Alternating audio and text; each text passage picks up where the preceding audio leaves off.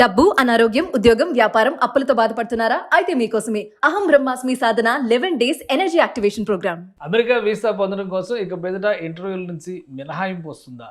కొత్తగా నిబంధనలు అమలులోకి తీసుకొచ్చే ప్రయత్నం జరుగుతుందా? లేదా పాత నిబంధనల్ని మరోసారి పదును పెట్టేటువంటి ప్రయత్నం జరుగుతున్నాయి? ఈ అంశాన్ని విశ్లేషించేటువంటి ప్రయత్నం చేద్దాం. మనతో పాటు లా రీసెర్చర్, అమెరికన్ లా రీసెర్చర్ సాయి శ్రీనివాస్ గారు. సాయి శ్రీనివాస్ గారు నమస్తే. నమస్తే సార్. సాయి శ్రీనివాస్ గారు ఏంటి కొత్తగా చెప్తున్నారు? వీసా ఇంటర్వ్యూకి వెళ్ళాల్సినటువంటి అవసరం లేదు, డ్రాప్ బాక్స్లతోనే సరిపోతుంది అంటే అసలు ఏ కేటగిరీలు వాళ్ళకి వస్తుంది? ఇది అసలు నిజమేనా? ఏం జరుగుతుంది అమెరికా వీసాల మన వాళ్ళకి? ఎందుకంటే 9 నెలలు, 10 నెలలు, సంవత్సరం వెయిటింగ్ ఉంది వీసా ఇంటర్వ్యూస్ కోసం, స్లాట్సే దొరకట్లేదు. సో ఏం జరుగుతుంది ఇప్పుడు కొత్తగా? సార్ యూజువల్ గా ఇప్పుడు కొత్త వీసా వేవర్ రిక్వెస్ట్ ఎవరెవరికి చేయొచ్చు అంటే ఇంటర్వ్యూ వేవర్ రిక్వెస్ట్ అనేది ఒకటి ఉంటుంది సార్. అంటే నార్మల్ గా మనము ఎక్స్టెన్షన్ కానీ ఇప్పుడు నార్మల్ గా ఒక H1B హోల్డర్స్ కి 6 సంవత్సరాల వీసా ఉంటుంది సార్. ప్రతి 3 సంవత్సరాలకు ఒకసారి మనం రెన్యువల్ చేసుకుంటాం. ముందున్న పరిస్థితులు ఎలా ఉన్నాయంటే మామూలుగా ఈ సెకండ్ టైం రెన్యూ చేసుకునేటప్పుడు 3 సంవత్సరాల తర్వాత రెన్యూ చేసుకున్నప్పుడు వాళ్ళు డైరెక్ట్ గా ఇంటర్వ్యూ పోన అవసరం లేదు. డైరెక్ట్ గా వీళ్ళు ఒక రిక్వైర్మెంట్స్ అన్ని డాక్యుమెంట్ లో పెట్టేసి ఇక్కడ డ్రాప్ చేస్తే సరిపోయేది. కానీ ఇప్పుడు ఏం చేస్తున్నాడంటే ఇది ఇంటర్వ్యూకి వెళ్ళాలి, ఇంటర్వ్యూ తప్పకుండా వెళ్ళాలి అని చెప్పడం జరిగింది. అంటే దీని ద్వారా అంటే మీరు చెప్పినట్టు మామూలుగా ఇప్పుడు అపాయింట్మెంట్స్ దొరకడం లేదు, మళ్ళీ రిజెక్షన్స్ ఏమన్నా వస్తాయి అనేది కొంచెం భయంగా ఉన్నారు సార్, ముఖ్యంగా మన భారతీయులు. ఎందుకంటే ఈ H1B కానీ ఈ డిపెండెంట్ వీసాస్ కానీ ఎక్కువ అధిక శాతంలో మన భారతీయులే బాగా దీన్ని అంటే ఈ వెసులుబాటుని బాగా తీసుకునేవాళ్ళు. అంటే ఇది ఫస్ట్ టైం వీసా అప్లై చేస్తున్న వాళ్ళకి కూడా వస్తుందా, లేదంటే రెన్యువల్స్కి వెళ్ళేటువంటి వాళ్ళకే ఈ వీసా ఇంటర్వ్యూ మినహాయింపులు అనేవి ఉంటాయా? సో యూజువల్ గా ముందు ప్రతి వాళ్ళకు ఈ వీసా ఇంటర్వ్యూ అనేది మ్యాండేటరీ సార్. ఈ కోవిడ్ టైంలో ఏమైపోయిందంటే కొంతమంది డిపెండెంట్ వీసాస్ కి అట్లనే రెన్యువల్స్ చేసుకునే వాళ్ళకు ఒక చిన్న వెసులుబాటు ఇవ్వడం జరిగింది. అంటే ఎందుకు కారణం అంటే ఆ రోజున్న పరిస్థితులు అంటే కోవిడ్ కారణం కానీ, ఇక్కడ ఉన్న స్టాఫ్ తగ్గిపోవడం కానీ, అంటే అధిక శాతంలో డబ్బులు ఏమన్నా ఎక్కువ ఖర్చు అయిపోతుందేమో ఈ వీసా ఇంటర్వ్యూలకు వల్ల పిలవడం వల్ల అనుకున్న కొన్ని సిచ్యువేషన్స్ వల్ల ఆ రోజు మనకు వెసులుబాటు ఇవ్వడం జరిగింది. అంటే రెన్యువల్స్ కి ఒకటే. అంటే ఫర్ ఎగ్జాంపుల్ ఇప్పుడు మీరు H1B 6 సంవత్సరాలు ఉంటుంది కదా సార్, 3 సంవత్సరాల తర్వాత ఆటోమేటిక్ గా మీరు రెన్యువల్ అయిపోయేది. అంటే జస్ట్ ఈ అన్ని డాక్యుమెంట్స్ తీసుకొని వచ్చి అక్కడ డ్రాప్ బాక్స్ లో పెట్టేస్తే. కానీ ఇప్పుడు అది రిమూవ్ చేయడం జరిగింది. అంటే there is nothing wrong in it sir. అంటే దీని ద్వారా ఏమైపోతుంది అంటే మళ్ళీ ఏమైనా వీసా రిజెక్షన్ జరుగుతాయా, లేకపోతే మళ్ళీ మనం ఎంత సమయం అనేది వెయిట్ చేయాలి అనేది కొంచెం భయం అనేది క్రియేట్ అయిపోయింది సార్. ఇది ఓన్లీ ఇప్పుడు ప్రస్తుతానికి ఈ వీసా ఇంటర్వ్యూ వేవర్ కొంతమందికి ఇవ్వడం జరిగింది. అంటే దాంట్లో ఏంటంటే first of all foreign diplomats ఉంటారు కదా సార్, మామూలుగా UN లో వర్క్ చేసే వాళ్ళు, లేకపోతే ఇండియన్ ఎంబసీలో వర్క్ చేసే వాళ్ళు, వీళ్ళందరికీ మళ్ళీ సేమ్ ఇట్లనే వీసా ఇంటర్వ్యూ అవసరం లేకుండా చేయడం జరిగింది.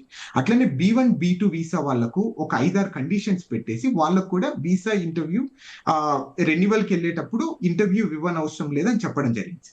ఓకే, అంటే రెగ్యులర్ గా చేసేటువంటి వాళ్ళకైతే లేదా ఫ్రెష్ గా అప్లై చేసేటువంటి వాళ్ళకైతే visa interview compulsory. Compulsory sir, అది ఎప్పుడైనా కంపల్సరీ. H1B పరిస్థితి ఏంటి? యూజువల్ గా H1B వాళ్ళు కూడా ఫస్ట్ టైం స్టాంపింగ్ కి వెళ్ళినప్పుడు తప్పకుండా వీసా ఇంటర్వ్యూకి వెళ్ళాలి సార్. సెకండ్ టైం వాళ్ళు రెన్యువల్ కి వెళ్ళినప్పుడు మాత్రము మామూలుగా అందరూ ఏం చేస్తారంటే డ్రాప్ బాక్స్ చేసేస్తారు. అన్ని డాక్యుమెంట్స్ అన్ని ఆల్రెడీ ఒకసారి మనం ప్రూవ్ చేసుకొని ఉంటాం కదా సార్ వీసా ఇంటర్వ్యూలో.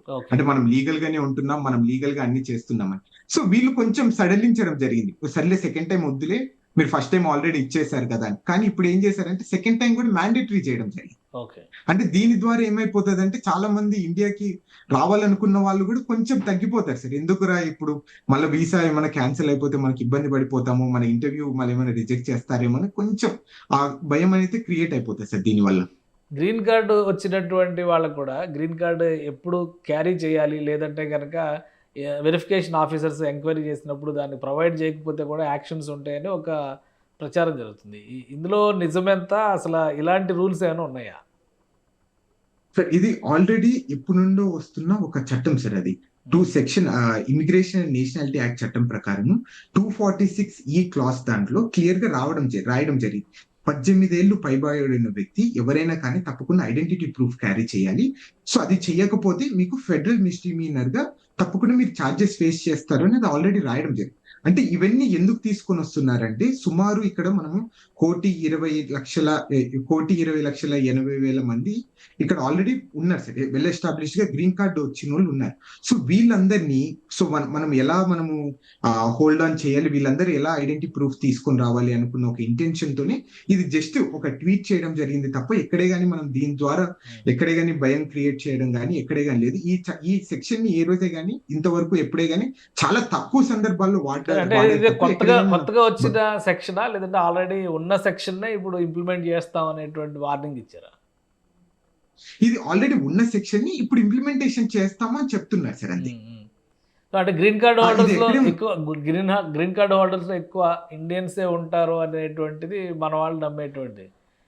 ఎనీ టైం జేబులో పెట్టుకొని తిరగకపోతే చర్యలు తీసుకుంటారు. ఇంటి దగ్గర ఉండొచ్చు, రకరకాల రీజన్స్ ఉండొచ్చు, కారణాలు ఉండొచ్చు, కానీ చూపించాల్సింది. ఇప్పుడు అవును. పైగా అమెరికాలో కార్డు జేబులో పెట్టుకోవాల్సినటువంటి అవసరం ఉందా? ఏటీఎం కార్డులే క్యారీ చేయరు, అంతా మొబైల్ మీదే నడిపిస్తారు అని చెప్పని అంటారు.